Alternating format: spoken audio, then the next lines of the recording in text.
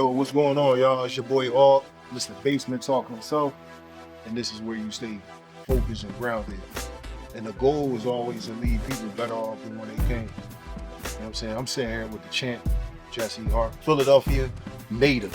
You know what I'm saying? Absolutely. And he's a great champ, you know, and he's not to be underestimated. You know what I'm saying? He got a fight coming up October the 11th, right? Right. Saturday, October the 11th. Yep. And we're going to dive into a deep conversation, man. What's going on, man? I'm good, man. I appreciate you, man. Yeah, I appreciate Seriously, you doing man. this too. You know, I don't even do too many interviews, so when I felt your energy and your aura, man, I was like, man, we gotta sit down and you know what I mean, bust the interview out, man. I'm just glad to be on the platform. That's I appreciate that. but glad to you share your platform with. I don't want to ask you some of the same questions that I heard other people ask you, like who had the best jab and Okay. who had. I don't want to do that because you know it was already asked before. You know what I'm Right. saying? So Okay. I'm gonna try to ask you some questions that was never asked before. First and foremost, let's start from the beginning. Like, where are you from, and like, how was your upbringing Okay. as a youngin? You know what I mean, growing up. Okay, well, I'm from 28th and Berks. I lived on Newkirk Street, which is a rough and poverty stricken area in North Philly. You know, you come up, you know, I came up like basically everybody else. You know what I'm saying? I come from a one parent income household, which was my father. He went to work every day after he retired from boxing. For the city of Philadelphia, was a trash man. Then he became a city housing worker. He worked in the projects on Diamond Street. Yeah, I He worked applied in for them that before. I things. wanted to do the same thing. I don't know exactly what he did, but I He was applied a maintenance man. for the housing authority Yeah, before. he worked for the Philadelphia Yeah, Housing yeah, I did Authority that. after he was a trash man. He shipped into Housing Authority. So I come from that. You know, I come from a mother. Um, my mom was home with us. She battled her addictions, uh, with alcohol, really bad. It was a struggle with that for me as a kid. But you know, can I say, man, and during that time in that poverty struggling area, people was facing a lot of demons. Everybody was, you know, everybody poor, so they look for a way out of things and they look for escape. My mother, she chose the bottle. She picked up drinking. She was a really bad alcoholic. Um, It's always lessons to learn through that type of thing. You know and what I I mean? and that's the first time I ever even spoke on that. That's for real. Like Yeah. here on your platform, people don't even know. People always ask why I never speak of my mother, or why I never bring up my mother, or why you don't talk about your mom like you talk about your dad, why you don't do different things. But that's the first time that I even said something about my mother. Yes, she was in the house, but my mother was a real abusive um alcoholic. And when I was coming up as a kid. So um How do you feel like that? You know, helped you or developed you or you know changed your mindset, or helped you be a different person, or how did that affect you? it affected me in a I'm not gonna say it affected me in a good way. It just affected me in a way where as though that's a part of the reason why I don't drink. That's a part Okay. of the reason why I don't, you know, pick up a bottle or I don't get drunk. I'm not into that. Okay. That's not my cup of tea. My mom showed me coming up, if you stay on that long enough, you will get at it. And you will not treat your kids right when you get drunk. My mom was an abusive alcoholic to us when we was children coming up in the household. My dad couldn't be there because he had to work. It was like my dad always had to find something else to do to keep the household up because we had a one income in our home. That's where I come from. So it was very poor. Well, it is very poverty stricken. My household at the time coming up. Pressure make diamonds, they say, right? That's what it is. And So, my dad, by the grace of God, my dad gave me the love that I need and the nurturing that I need because the absence of my mother with her addiction. So it was like it was a give and take. I cling more to my father because of it. I heard you say that your brother is your motivation. You know what I mean? Yeah, How many siblings did you have total? Was it just your brother? Because I know your brother passed away, and I'm yeah, my sorry to brother hear got that. killed 2010. Did you just have one brother, or did No, you have? I have three brothers. I have one on my father's side. He's Junior, Eugene Hart Jr. Okay. Then I had two on my mother's side. One that got killed, and my brother Amin Williams. So collectively, it's five together, all of us. And the oldest one was my brother that got killed.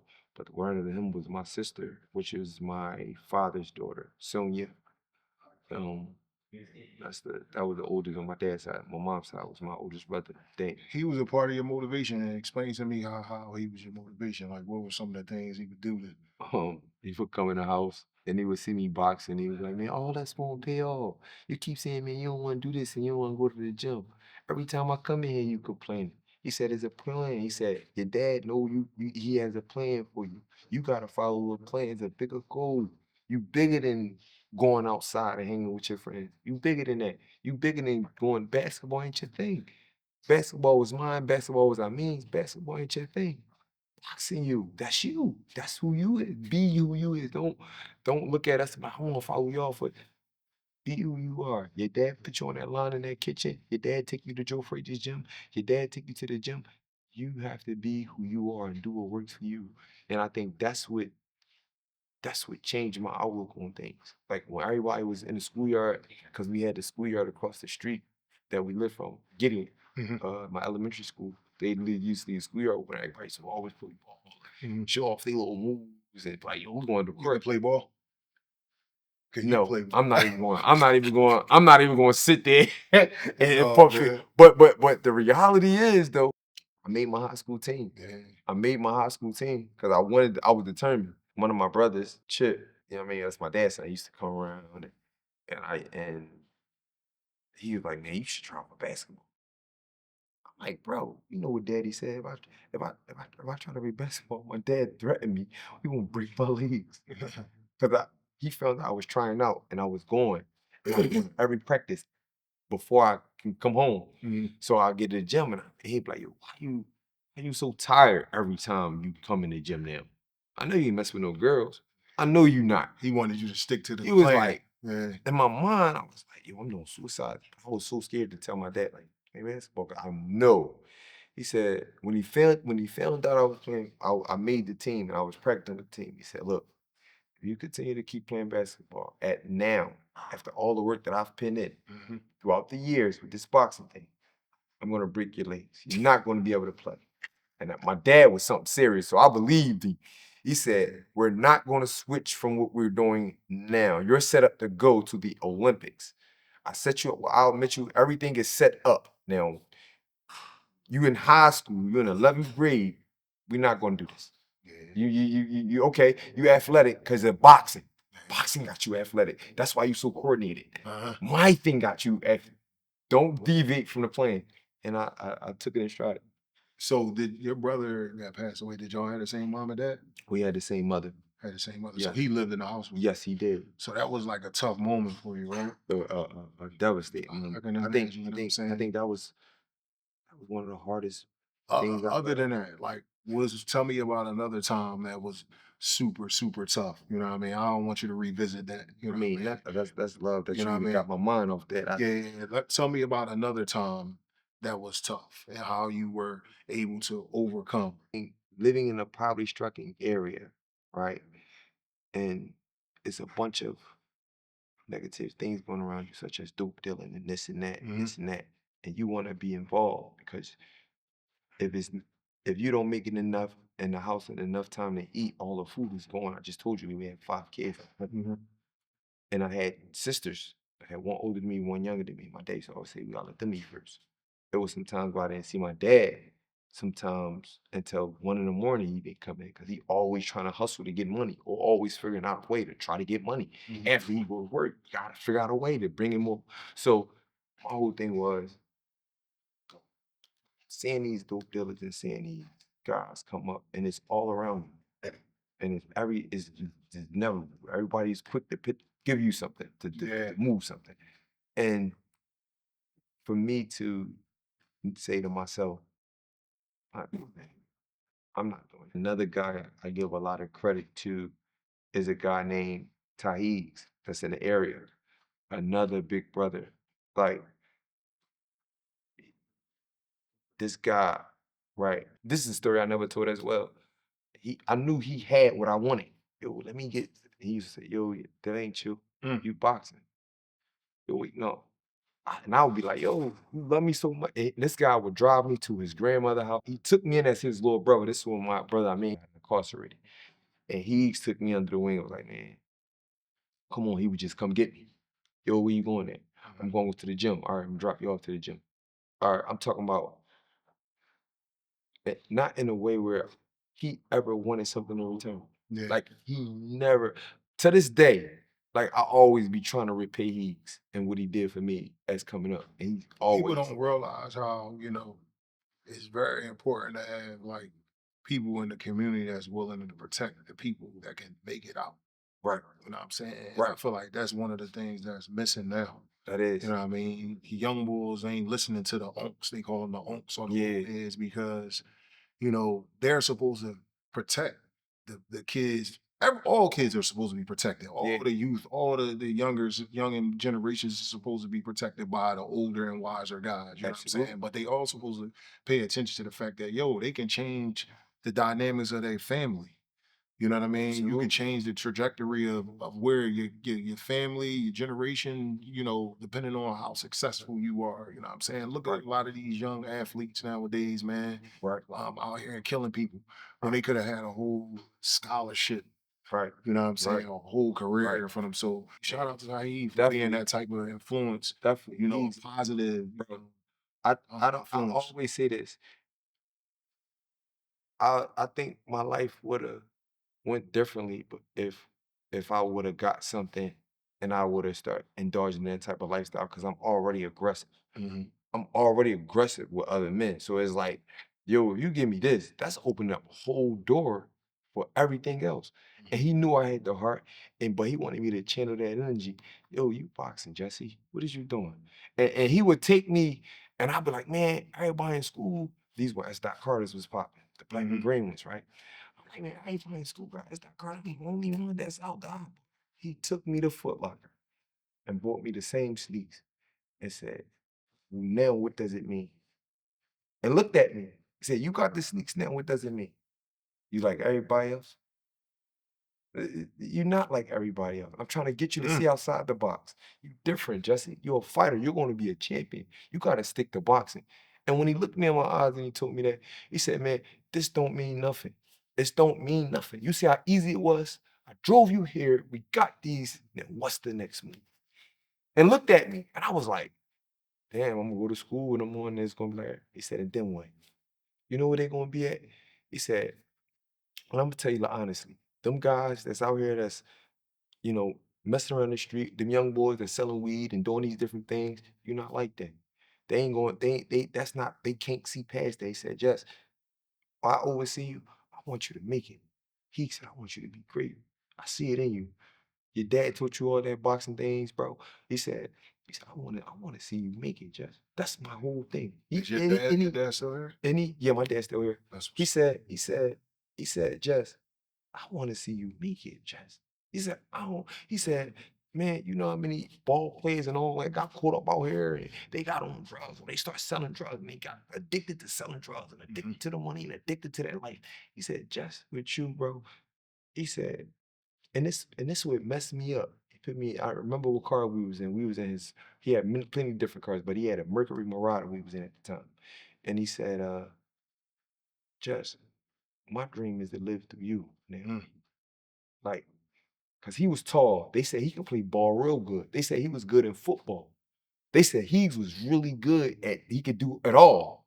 He was diverse. He said, athletic, yeah. He said, what up in out here? Hustling, I put up out here doing what I'm doing, but you, I want to live through you. I get a second chance through you.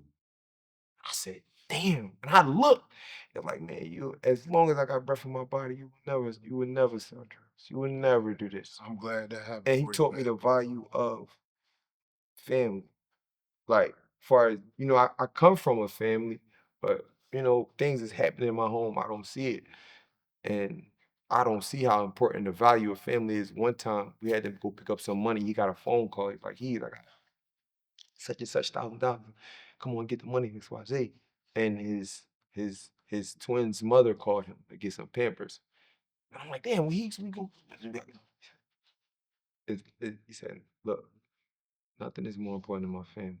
Just here to say you call. We need what you think I'm out here doing. I get money to take care of my family. He said we're gonna go to Walmart first, man. Slow down. We weren't at Walmart first. got the kids at parent. This is when he had twin boys. And now his twin sons is both in college. It's like it's like It's a the blessing. same effect that, you know, you see a guy and he out in the street and he doing wrong. And he even preaching that, but he's not preaching that to His family, his family and and the the loved people. ones that he love. You see what I'm saying? He looked at He you only like made family. he That's only why he making a talked to living you. it. He Yeah. only doing it to make a living for real. It's Mhm. not, you don't really want to do this. If he Yeah. could change his life, when he said, "Yo, I'm living through you," that let me know, yo, if he could change his decision and his decision making, Mhm. then he would. And Yeah. if he had a guy like myself in his corner, then he would. So again, I never say no whenever he wants when it comes to myself, because I was on them rides with him. He knows I was in that. He was with me through ups and even when my brother got killed. Jess, man, I know you ain't feeling it. I know you ain't doing that, but bro, you gotta keep boxing. I know you want to get revenge. I know you want to do this. I know. He said, Jess, we come too far. He said, and this is a guy to this day who don't want nothing from me, bro. I'm talking about no matter what I give him, no matter about, hey, you need something, the money. Come on, just stop. I'm already with you. We out in Vegas. When we out, it's funny. We out, we go eat and we do this. He still get the check. It's like I want to be it's like, just stop. You Don't want to be the embarrass me. big bro sometimes. Like, No, bit. I You feel took care of me enough, man. Let me try to and it's like, it's not like, yo, Jess, come on, man, you embarrassing. Come on, you still stop it. Like he'd do that to me. I'm like, yo, I got it. One time I tried to pay for it. And I didn't even know he already paid for it before we even came to the place. It's just like, it's them type of gestures with this guy Yeah. that I look at and I be like, damn, And man. you gotta appreciate, man. And it's like the lessons, man. We don't have them type people no Mhm. more. And the young boys don't listen no more. But you know what? They out here. It's just that we gotta step up into them positions because you here. Right. I'm here. Right. You know what I mean, I make it my business to make sure that, you know, I speak to the youngins, you know what I mean, or speak to the younger people in my family. Okay. You know what I mean, call them and check on nieces and nephews, make sure that they are, you know what I'm saying. Even in the block where I live at, you know what I'm saying, I seen some of the people grow up. I make sure I take the time out and talk to them because I had old heads. Okay. Yeah. And they be trying to put that narrative out there like we ain't out here. We out here. You know what I mean? And ultimately, like I was actually going, to be honest, I had this idea, you know what I mean? You ever heard the boy Onk from Speak Your Mind podcast? He pull up on people and he be like, yo, tell me something positive. But his name Onk, right? Yeah. So I was like, yo, we probably should have like an Onk event. That'd be You know thorough. what I mean? That'd And be put something thorough. together where it's just That'd like be a decent. generation, like they trying to say that we ain't out here. No, we around. We are out here, you know what I mean? We around to get the information. Live and well, man. Yeah. Live and well. And this is what this platform is about as well. Hopefully people can see us, you know what I'm saying? We challenging ourselves, jumping in the ice. Bang. You know, working out. Right. You know what I mean? Working out. Feeling, you know what I mean? Feeling good. Like you can do You the be in same the thing. gym. You be in the gym right with me sometimes. Yeah, put the weed down, put the alcohol down, you know what I'm saying? Change your life better Yo, yourself. man, yeah. We'll be up your mind. I'm gonna share something with you that I had drove through Glenside. Okay. Right. You know what Glenside is at? Yep. Where the Keswick Yep. Theater and all of that. I know where that's at. I drove through there, right? And I seen, you know, people going into ice cream parlors, walking their dogs. Right. The grass was cut clean. The environment was just nice. Right. And I felt sad.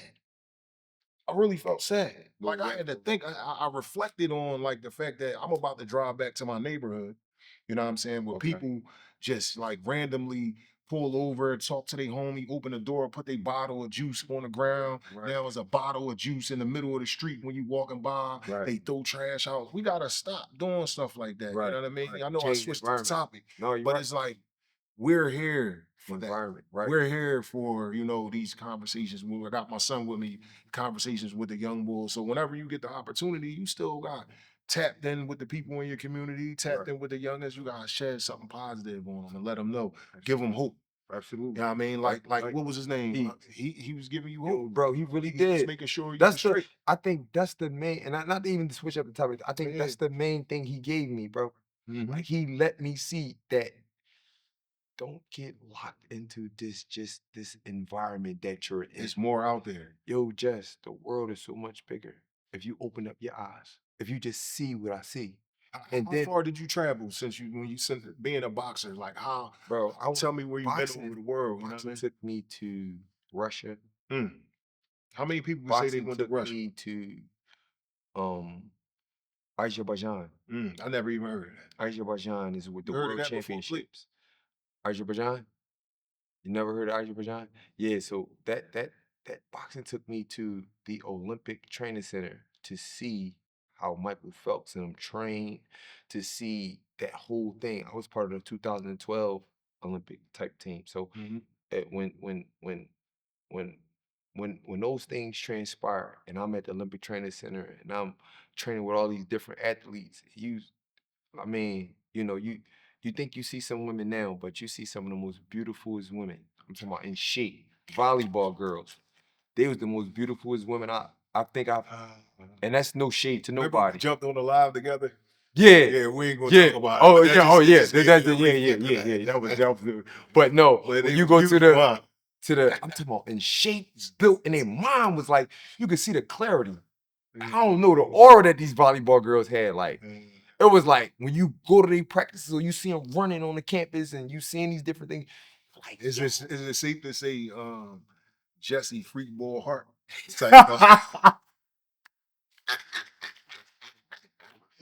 Like, no, volleyball Jones. They had nice legs and everything. It was like, but they more so on their right? body, they was beautiful, but how they would talk to you. Yeah. Like they would be like, so you're here for boxing. Like that whole thing was, well, how's training going? Well, how's things going? Well, we do these things to recover. It was like they was bringing information to you about how to do things on the campus and how to live. Mind you, I come straight from 28th Street.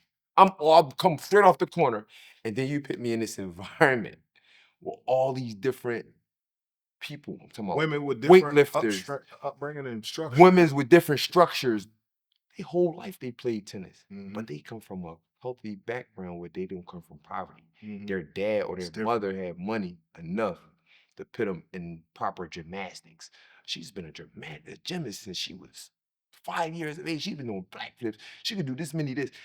And you be like, I box, but I didn't have structure. I didn't come from. It was times I didn't eat. I'm here off survival. Like I'm looking at. You gotta look at who's there off survival and who's there off love. You love this because your mother put you in this and paid for your classes and paid for your sessions and you did this and you went to school and you were in private school. You know what I'm saying? You're in the best of schools. I come from North Philly. I come from the public system. I come from the system of poverty-stricken area. If I don't make this is all I have. I gotta make it work. You won't make it. So when you see them certain athletes, some of them don't make it work in Colorado Springs at the OTC. Some of them become the best athletes in the world, but they're not doing it off survival is what I'm trying to say. That made me think of Clarissa Shields, and I was watching her She show. was doing it off survival. Her movie or whatever special was deep. It was deep, but it was so. I watched it. It was like, deep. Look, you came from, and then you got different people of, you've been abused.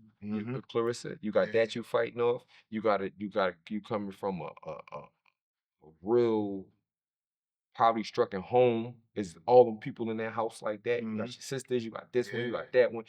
So when I seen a movie, you gotta look at some people was in that camp.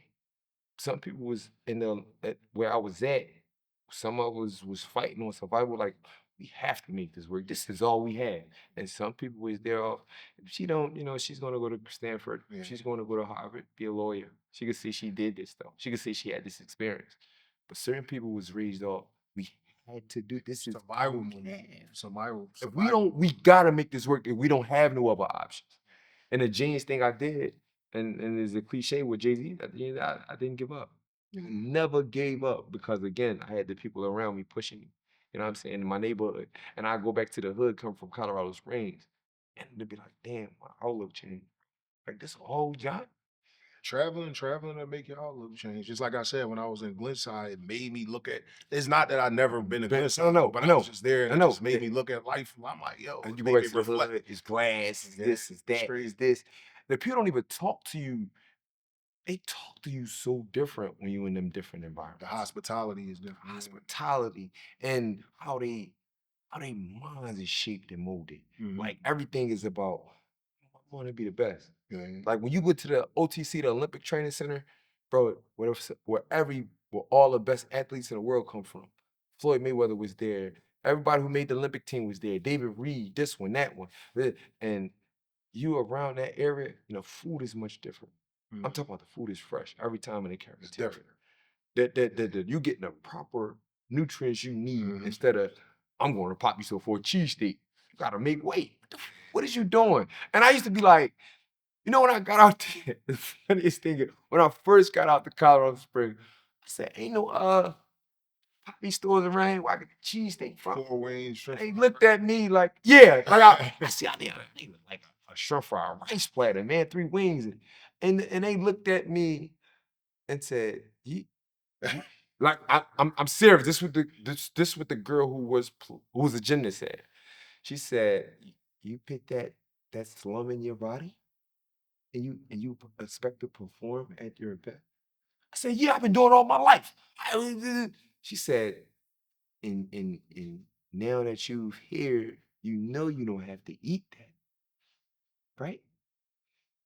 And just her saying that to me made me think like I was eating that shit because I had to eat it. Yeah. I have to put the proper nutrients and everything in my body now. She said, yo, and I'm still living like, it's like when them guys be talking about the penitentiary. Mhm. The soups and the peanut butters and we got to do this and this, that, and third, right? I be listening to them and they come home and they make a cheat. And it be like this. You know you don't gotta eat. live like that no more, right? You know you don't have to live off that. And that makes me think like, yo, no matter how to the top you climb, you coming from a pottery structured area or coming from different places that built you, that molded you.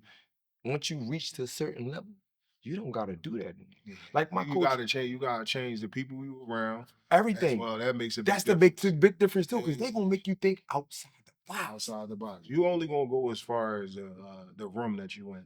But I will say, for us as a people coming from the bottom, when you do fall, right? Yeah, You know how to get back up there. absolutely. But a lot of times, people that's up there and they Don't know fall, how. they They don't lose know it. nothing about They the lose it. struggle, and that's what's so special about us as a Right. people. You know what I'm saying? We know how it is to struggle. So Absolutely. yo, who's your favorite fighters? Give me your 4. It's 4 too little, or maybe 5. Let's go 5 top fighters 5 top fighters of all time of for all you. time. But first, my father. Your father. My father was rated number 3, middleweight, Eugene Cyclone Hart. He was rated number 3 of the world at one time. He made it the farthest in my family. He took the Hart name out of my uncle's boxing. He took it to the next level, and he was the inspiration and the one who I wanted to be like when I was a kid. That was my superhero. That's dope. And that's the first one, my father. Um, two, I'm going to say Georgie Ben. You probably don't know. You never probably never heard of him. I gotta look these. I gotta look. He was the guy. Georgie As Ben. I studied, and he was around in the 60s and 50s. But listen, my dad used to make me study boxing on the weekends, right? Saturday and Sunday. And I used to want to go out.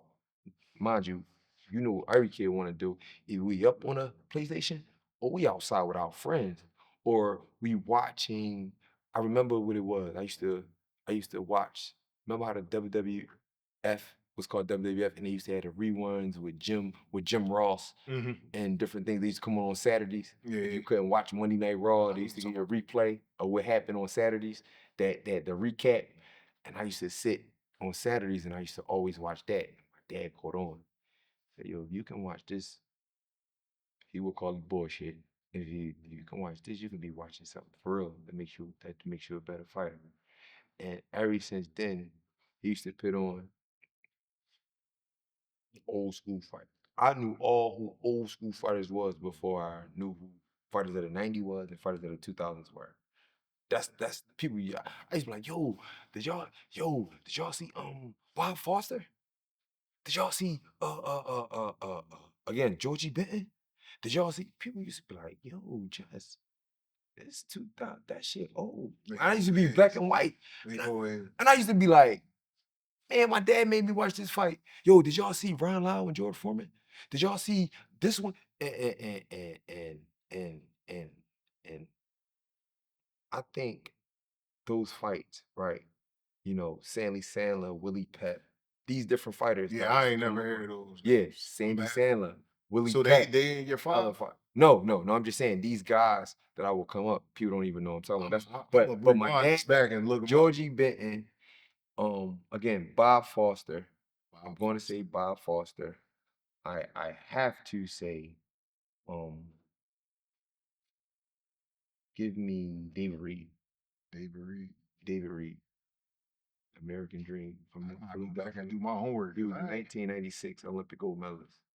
Okay. He was the only one that won Olympic gold from Philadelphia. Who I said? I said no before I said it. My dad, Georgie Benton, David Reed, Muhammad Ali. Muhammad Ali. And for number 5, I'm going to say Joe Frazier.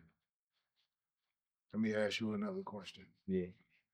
Because people always think I be tripping for this. Like, Right. if Miguel Cotto, right, Okay. would have never got cheated back in the day. Yeah, with the hand wraps. With the hand wraps. Do you think he would have been a greater challenge for Floyd Mayweather? Yes. Or you think it made a difference? Made a difference because he had wear and tear on his body, wear and tear on his brain. It takes a step back. When he was getting hit with plaster like that, it takes away from the full effect of a fighter. So I'm gonna say it on record now. He was always my favorite fighter. Miguel Cotto. Yeah, beautiful. That's a certain warrior the type to have. Yeah. That's a great fighter to have as your top guy. He's my top guy. When you look at it. I always thought he could beat Floyd Mayweather. I always thought he could. If he would have got the Floyd Mayweather before that plaster incident, I believe that the challenge would have been different because he gave Floyd Mayweather a hell of a challenge. He said that was his hardest fight. Floyd said it was hard. He said right now. He said Miguel Cotto was a tough cookie, but if you would have got Miguel Cotto before that plaster incident, I believe it would have went up different. I think it would have been crazy. I'm not gonna sit here and say no. I believe that fight took something out of Cotto. What's the name of your organization? I mean, like, I don't want to say the wrong thing. I know you're promoting like this boxing group. Or am I saying this wrong? Or are you a part of a boxing group? Promotion? Is it a promotion or is it like? No, I just explain it to me because I was seeing it like teams and stuff like. I just had management. Oh, you talking about the Combat League? Yeah, like that's what I'm the saying. TCL. So what is? Oh, the TCL is like you know they branching off and trying to make boxing like a team sport. Okay. Like they got basketball, like they got football, like they got different things, right? And Philadelphia, we had a team. Okay. A guy came and wanted to have a fight in Philadelphia team, and he bought a team in Philadelphia, New York, Texas. Pretty soon they're going to branch out all over the U.S. Are you still a part of that? Yes, but my contract is up this year because I signed the deal to fight on October 11th. Okay. But the thing is, with team boxing it's like is a new concept. The pressure is on everybody. It's just not on you. It's on him. It's on you. If we a team, you gotta win your round. I gotta win my round. Everybody has to be held accountable to pull out their round. And the TCL is a major thing that I believe that the reason that catapulted me into October 11th, because if people don't get a chance to keep seeing your skill on television or seeing that you're out there, you won't get a phone call from these big time promoters. Who are you fighting? I'm fighting a guy named Khalil Coe. He's 10-1. He's a favorite on all the odds. I don't see nothing special in him. I don't know why I got called to fight, and it was a great business opportunity, and I took it. You know, but the TCL is definitely a great concept for the sport because it's different. It's not tradition. It's not traditional boxing. It just give the fans something different to see and bring boxing to a different dynamic than it already is. let's start changing boxing up. I mean, I think it's beautiful because again, you give all these fighters this chance on television to show their talent, even if it's just for 1 round. I was knocking guys out in that 1 round, knocking guys down, beating guys to a pulp. But when you look at it, it's like I got a chance to be seen on television. So I think it's I think all boxers are like special to me. If you got the heart to get into the ring, Dad always said that. yo, it's the truth, man. Like you can't say nothing. I don't care if you took a loss. I don't care. That shit don't mean nothing to me. Dad used to like, man, if you got enough heart to get into Yeah, you winner. you winner. You a winner. If you got enough to go Bravo for Bravo with another man, you a winner. You don't need a knife. It ain't a knife. It ain't a gun. It ain't nothing but this Bravo and Bravo. You and another man. So I think that's what was beautiful about the whole thing. Yeah, man. So out of all of your fights, man, you had 34 fights. Right. Right? Right. What was one of your toughest fights? One of my toughest fights was a kid by the name of Deshaun Johnson. I fought him in Philadelphia at the 2300 Arena. And that kid pushed me. I think it was in 2000 and I want to say 16, 15. Okay. That's before my dad brought Rick, Coach Rick on the team. That guy pushed me beyond measures I felt. I believe that was the closest thing to death that I've ever felt. I really That's believe crazy. that. I believe that that's got like I couldn't my hands was trembling after the fight. Like my feet was trembling. Like I And couldn't you was exhausted from like. exhausted. Like Is that on YouTube? no. Oh, And a guy came to me and said, um, can I buy your trunks? And this guy, John DeSanto, he's a Philadelphia boxing store. Like, yo, I want to buy your outfit that you fought on the ring. I gave it to him for nothing. I didn't want the memory of that in my house. I didn't want nothing to remind me of coming that close to death around me because I know it's a psychological thing. You'll probably start thinking like, I'm not doing this no more. If you got something like that memorabilia around your house and you know you still in this sport, you'll look at that thing and be like, man, damn, I'm close to death. Do I want to take a gamble with my life again? you know, Think about it. yourself. Yeah, You know what I makes did? sense. You know, I got it away from me before I even started thinking like that. It's psychological, man. Get this out. I won the fight. It's over. But I got dropped in that fight in the last round, and I got up. I was beating this kid every round, man. Every round, I'm beating on him. Boom, boom. I'm talking about his record wasn't even that good. It was a journeyman record. But he can't, I don't know. He just got up for me. I'm hitting him. Boom, boom. That's how I tore my hand up. I'm hitting him. Ups, overs, here, body. Every punch you can imagine. He stood up to it, and we got out of there. And he hit me in the last round, man. And I went down. And I got up and I just stood up and the bell said ding.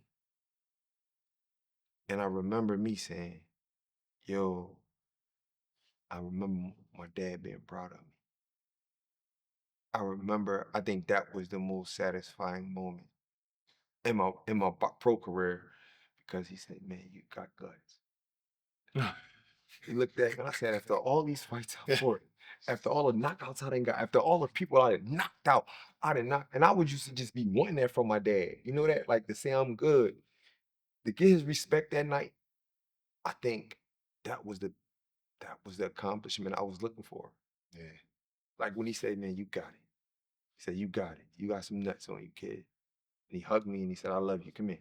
Hugged me and he said, I think I cried because of that. It wasn't even a fight. It was like, damn, Dad, I've been fighting for you to give me this my whole career. You like, yeah, all right. You could do it. It could have been better. It could have been better. I knocked him out in 5 seconds. Yeah, but when you did it, your left hand was down. If it was me, I'd have caught you with a hook and took you out.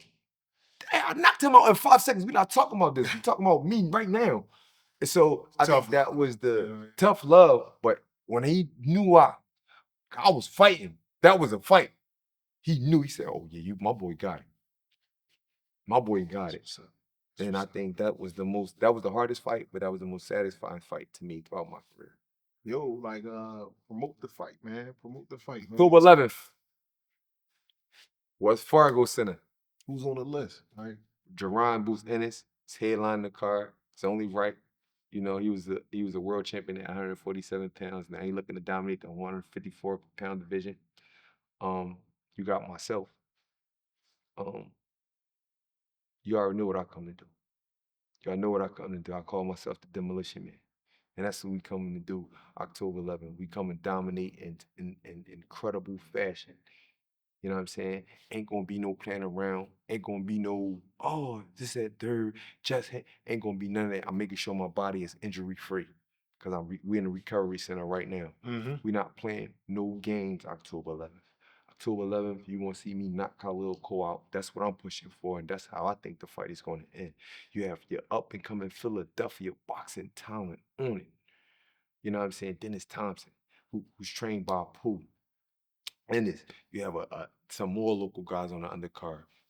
Philadelphia, not just Philadelphia, the tri-state area. You don't want to miss this event. This is going to be, I believe, one of the biggest events before this year ends. In Philadelphia, this is going to be the biggest event that Philadelphia has before the year is out. You don't want to miss it. Sure. If you can't make it, you can still tune in to DAZN Boxing. Yo, October tell the people. 11th. October 11th. I'm gonna be in the building, y'all. Tell the people how you stay focused and grounded. I stay focused with like he just said, you gotta have the right people around you. I got my coach, Rick. We call him Coach Rick, but his real name, Windu Chavis. He's always keeping me focused. He always give me the mindset to be better than I was yesterday. You gotta be better than you was yesterday, champ.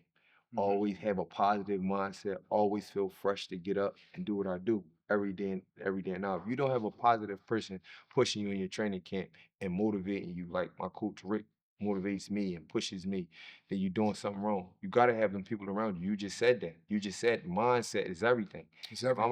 If I'm around a guy who's not positive, who's always got something to talk about, who's not on the same time that I'm on, we're not going to work. I'm not going to have my vision of being one of the best fighters to ever lace up a pair of gloves. Because he's not on my mind. He's not on my time. I'm sorry. He's not the guy. If a person is not on your time to be the best at whatever they're doing, you have to get away from it and focus on the people that is. You have to focus on the people that's in your corner that want the best for you, that want to see you do good. Don't want nothing from you. Just want to see you succeed, and as you want them to succeed. If you win, I only hang around people that I say, if we win, we win. We all win. If you win it, I'm supporting you. Whatever you doing, I'm supporting you. However you want to do it, we going to support you. You going to support me. However I need you to support me. What you need me to do. Sometimes people need to get out there.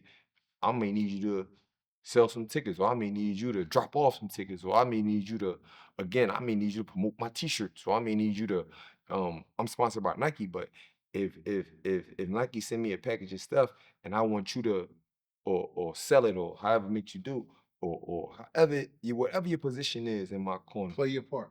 If all of us is winning, I may have to get behind the camera sometime. Me, Jesse, I'm not too big to get behind the camera if it means my man is winning.